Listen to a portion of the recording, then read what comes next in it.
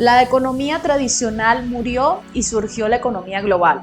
Hoy la frase que está en boca de los líderes políticos, gerentes de empresas y políticos es que un fantasma recorre el mundo, la globalización. Lamentablemente, pero comprensible, no existe ninguna definición clara ni teoría de la globalización.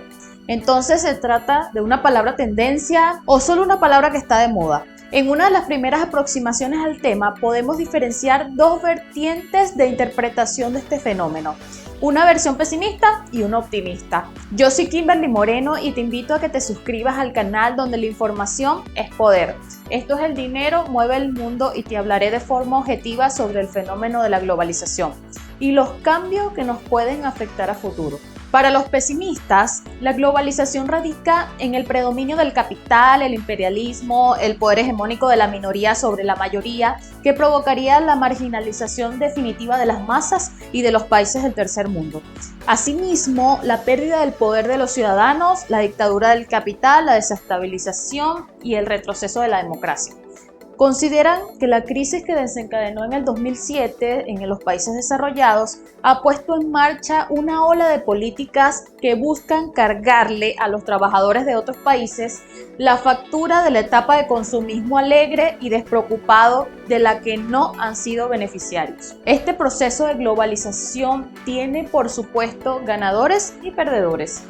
Hoy, las empresas globales o multinacionales, gracias a la globalización, no solo gozan de un rol clave en el manejo de la industria, sino que también le garantiza un rol político predominante, porque pueden decidir, por ejemplo, deshacerse de puestos de trabajo que les resulten costosos. El poder de las empresas globalizadas consiste en su capacidad de exportar puestos de trabajo a cualquier lugar del mundo donde los puestos de trabajo sean más baratos. La diversificación espacial del proceso productivo, como sucede por ejemplo en el sector automovilístico. Las cosas han dejado de fabricarse en un mismo sitio y se componen de partes provenientes de medio mundo.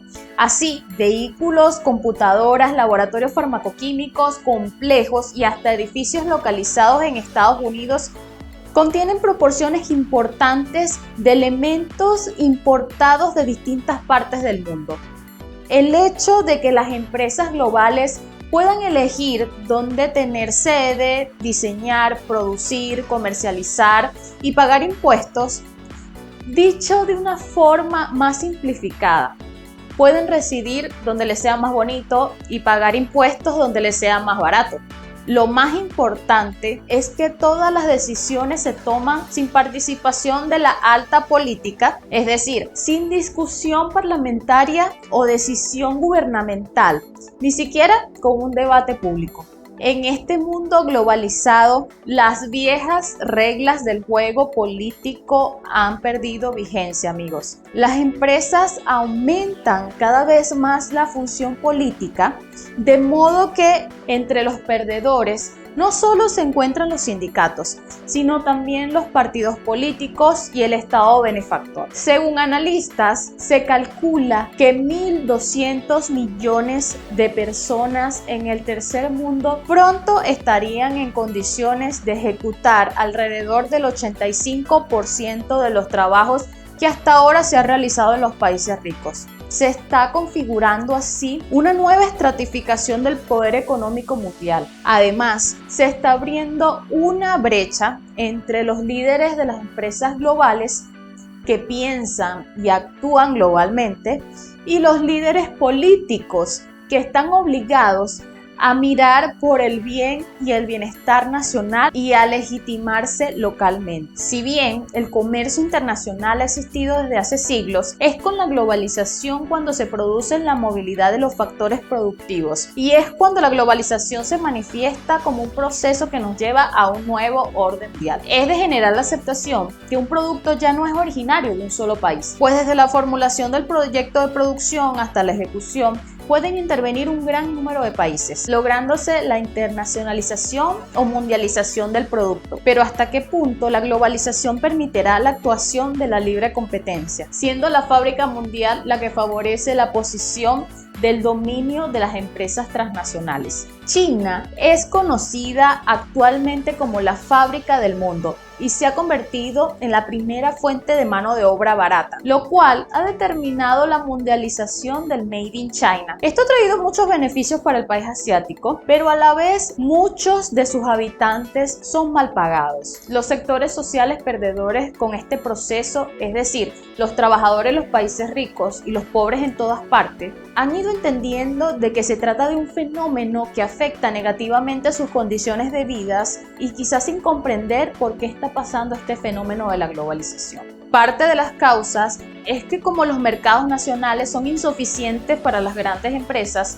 estas se han volcado a generar una sociedad de consumo de masas internacionales, lo cual tiene varias ventajas desde su punto de vista. Por ejemplo, una parte de la clase obrera de la industria electrónica de Estados Unidos son trabajadores mexicanos o dominicanos en las plantas ensambladoras, es decir, es el capital el que define las condiciones y la existencia del trabajo asalariado. Y es así como el capital mundial está formando una clase obrera mundial mal pagada en muchos casos, en la cual la relación entre el trabajo y el salario es el punto más importante que quiero tratar en este video.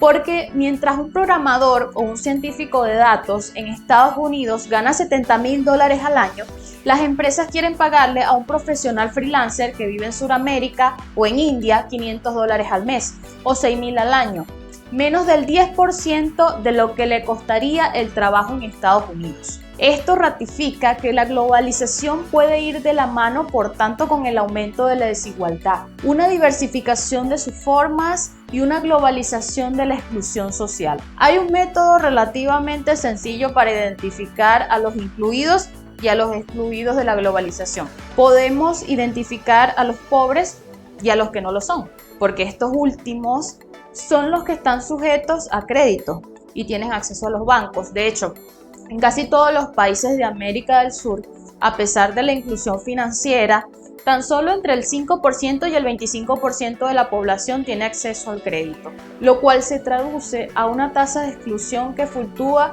entre el 75% y el 95%. Hoy aproximadamente existen 22 millones de millonarios en Estados Unidos, al mismo tiempo que, según nos informa el Banco Mundial, la mitad de la población mundial vive con menos de 2 euros al día. El Programa de las Naciones Unidas para el Desarrollo señala que cerca de 800 millones de personas están malnutridas, hay 250 millones de niños trabajadores, 1,4 millones de mujeres y niñas son comercializadas como prostitutas, 1.000 millones de adultos son analfabetas, 2.400 millones de personas carecen de servicios higiénicos y hay alrededor de 23 millones de refugiados internacionalmente que reciben ayuda de las Naciones Unidas. La crisis actual es mucho más que una crisis financiera de dimensiones mundiales que nos hace preguntarnos cómo es que en 20 años, inmersos en la nueva revolución industrial, la economía no crece. El hecho de que la brecha de ingresos entre los países ricos y pobres se ha ampliado es motivo de inquietud. Y el número de personas que en el mundo entero viven en la miseria extrema es profundamente preocupante. Sin embargo, es erróneo concluir sin más que la globalización ha sido la causa de esta divergencia o que nada más se puede hacer para mejorar la situación. Por el contrario, los países de bajos ingresos no han podido ni siquiera integrarse a la economía mundial con la misma rapidez que los demás, en parte debido a las políticas que han decidido aplicar. Ningún país, y aún menos los más pobres, pueden permitirse quedar aislados de la economía mundial. Todos los países deberían tener como objetivo reducir la pobreza en el mundo. Un ejemplo de crecimiento económico actual de países que fueron considerados como pobres es India. Es que gracias a la educación de su población y a su política internacional ha logrado reducir los índices de pobreza en su territorio. Así que ayudar a los países pobres a integrarse a la economía mundial, a acelerar su crecimiento económico y a reducir la pobreza es una de las mejores formas de garantizar que todas las personas de todos los países se beneficien de la globalización. Hasta la próxima.